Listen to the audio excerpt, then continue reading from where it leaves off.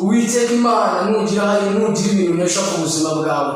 Birashoboka ko hari ibintu byagutsinda bikakunesha, birashoboka ko watsindwa, ariko nkuzanira ijambo rivuga ngo nugira kunesha mu buzima bwawe, Imana ntizahanagura izina ryawe na hato mu gitabo cy'ubugingo, ahubwo mu izina ryawe izagenda iriturishe imbere y'abamarayika. Haleluya! Izina ryawe ntabwo rizigera risangana mu gitabo cy'ubugingo, izina ryawe rizabamo iteka ryose.